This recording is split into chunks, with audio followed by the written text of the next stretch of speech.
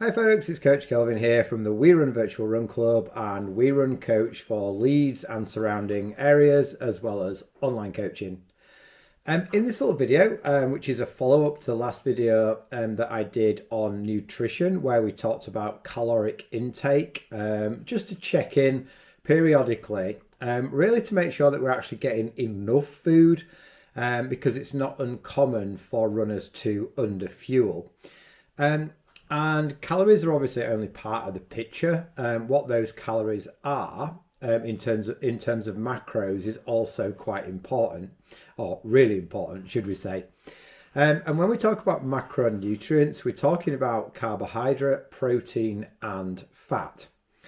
And in this video, we're talking about kind of more towards the end of performance, because in terms of diets, low carbohydrate, high fat diets work generally, and high carbohydrate, low fat diets work generally.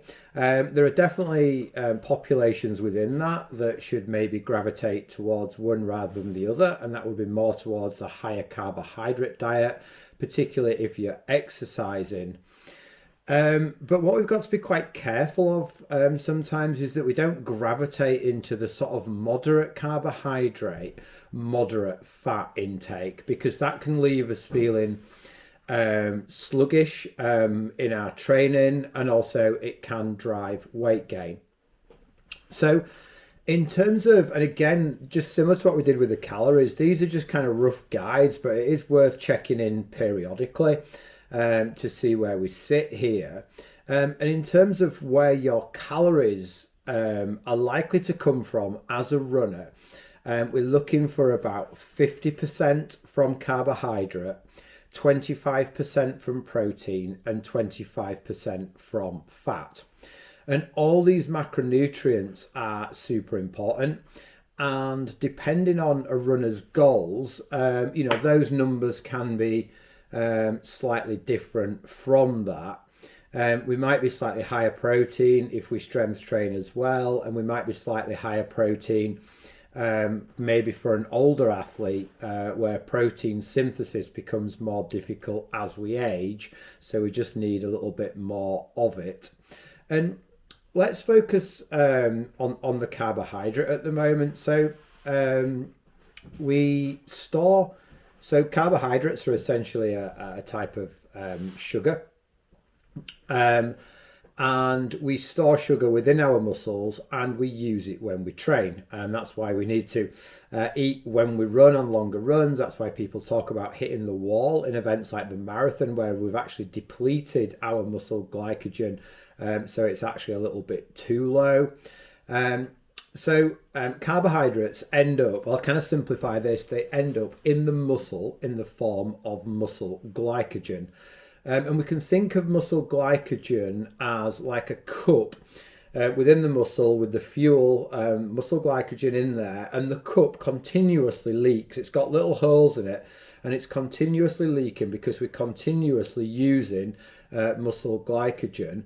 And then every now and then when we eat carbohydrate, we put a little bit more in to top it up.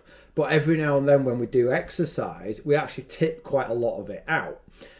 So we've got to make sure that over long periods of time we're not chronically depleting our muscle glycogen store. So in other words, the amount we top it up isn't as much as the amount that we're using, and eventually it just ends up settling quite low, and that's when we can feel quite sort of lethargic on runs.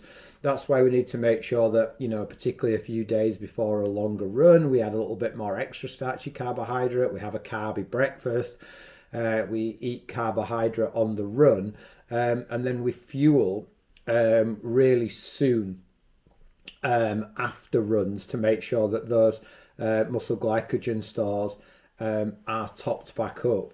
So it is worth checking in every now and then on your caloric intake to make sure that you're somewhere near, and your macro split to make sure that you're somewhere near.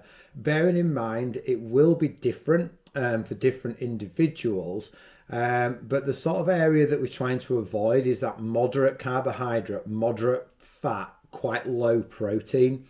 That's not really helpful in terms of training and can drive weight gain.